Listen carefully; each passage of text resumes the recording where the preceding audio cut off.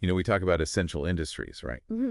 And pulp and paper, it doesn't exactly spring to mind for most people, but this deep dive looking into pulp technician roles, I gotta say, it's got me thinking differently about what goes on behind the scenes of something we use every single day. Yeah, it's funny how that happens, The name alone, Pulp Technician, it doesn't exactly scream high tech or anything, but the resources you pulled for this, they paint a very different picture. Totally. Like at first glance, you might think, oh, feeding trees into a machine, but it's so much more than that. Right. It's not just lumberjacking 2.0 or something. The level of problem solving involved, the optimization, even data analysis. Pretty impressive for a job most folks wouldn't even think twice about. And that's what I found so interesting. We've got these breakdowns of what someone at the entry level, then junior, then senior level is doing. Yeah. There's a real career path there, but you see the demands change too. And the amount of knowledge you need to have, definitely. Which actually, that brings up something that was consistent across all these sources. You got to be able to adapt in this field. Yeah, because it's not your grandpa's pulp mill anymore, is it?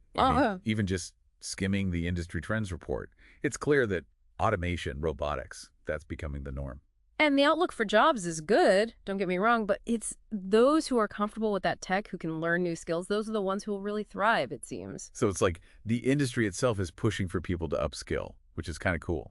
It is, and there's this underlying factor pushing it all, too, that we have to mention. Sustainability. This isn't just about keeping up with robots, it's about doing it all in a way that's less wasteful, more efficient. And that takes us beyond just like the tech side of things, right? Yeah. Because these sources didn't shy away from the fact that a pulp mill, it's a demanding work environment. Yeah, you got to be a certain kind of person, I think, to handle it day in and day out. For sure. I mean, they describe it as noisy, you're on your feet a lot, operating heavy machinery. And safety is paramount, obviously, so someone who's not comfortable with that aspect, it might not be the best fit. Totally. But you know what really stood out to me, especially seeing that operations monitoring listed in the functions and core ability section? Yeah. What does that actually mean in this context? Like, what are they monitoring? So you're talking about the production line constantly, basically. Watching the equipment, making sure everything's running smoothly. And if it's not, you need to spot the problem before it becomes a big problem. So it's a lot of pressure. In a way, yeah. You need that technical knowledge for sure, but also real attention to detail. And you got to be able to make quick decisions, informed ones to keep everything moving. So it's definitely not just about the hands-on stuff. You need some serious brain power too. Hmm. And speaking of using that brain power, let's talk about the career path here. We've got this progression, right? Yeah. Entry level, up to junior technician, then all the way to senior that people.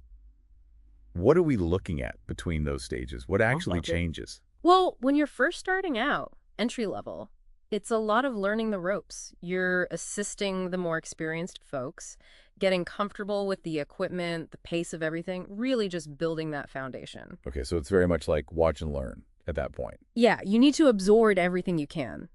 But once you hit junior technician, that's when they start giving you more responsibility.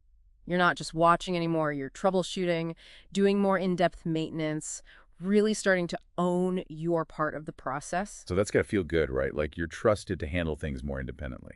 For sure. That's where you get to apply all that knowledge you picked up early on. But then that jump to senior technician, that's where it gets really interesting. Oh, how so? Well, a senior technician, they're not just an expert on the machines, they're thinking about the whole picture, the long game.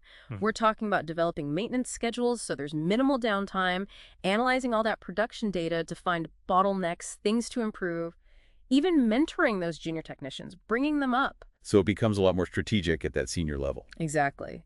And you mentioned data analysis earlier.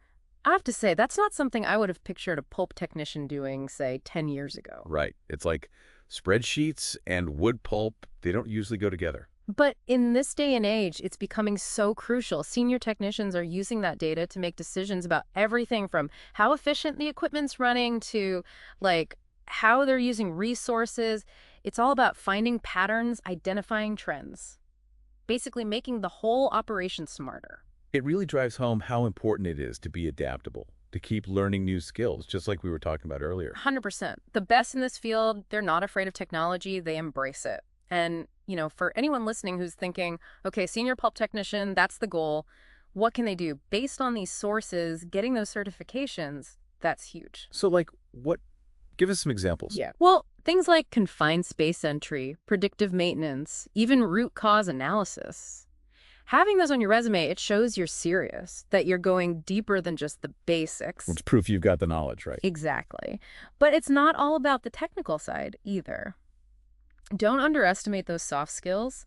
Communication, teamwork, being able to problem solve.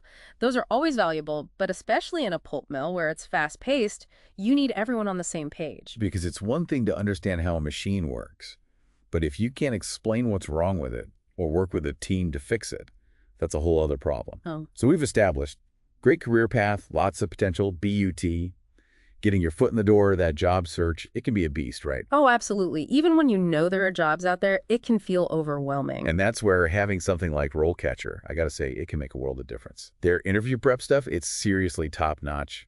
I've been using it myself, and the database of practice questions, it's amazing. Yeah. And they're tailored to this specific role, like you're not wasting time on generic interview stuff. You're getting into the nitty-gritty of what a pulp technician hiring manager wants to hear. And you know what else is super helpful? For Copilot subscribers, that AI feedback, it's like having a personal coach helping you fine-tune your answers. It really is. Taking you from like, oh my gosh, I'm terrified of this interview, to, okay, I've got some talking points. I know what they're going to ask. It's all about being prepared, right? And that goes back to adaptability role catcher. It gives you the tools to adapt, to highlight the skills that matter for each job. Because what we focused on today, that's just one example. And it makes you think, right, how many other jobs are out there where the name doesn't tell you the whole story? Exactly. Like someone might see Pulp Technician and just keep scrolling, but as we've clearly established, there's a lot more to it. It's a reminder, I think, to be curious. To look beyond the surface. Think about your skills in different ways. What might you be qualified for that you'd never even considered? Couldn't agree more. Sometimes the most unexpected path is the one that leads you to the right destination. It's so true. Well, this has been fascinating, to say the least. Pulp and paper, who knew there was so much to learn. Right. And honestly, I think we just scratched the surface. But it's a good reminder that these industries, they aren't standing still. Things are changing constantly, getting more high-tech. And for anyone listening who's in a field that seems, I don't know, maybe a little behind the times, just remember, that might be where the opportunity is, if you're willing to learn, to adapt, like we were talking about. Sky's the limit. Well said. This has been a great deep dive. Really got the gears turning. Absolutely. Until next time, everyone, keep exploring and keep learning.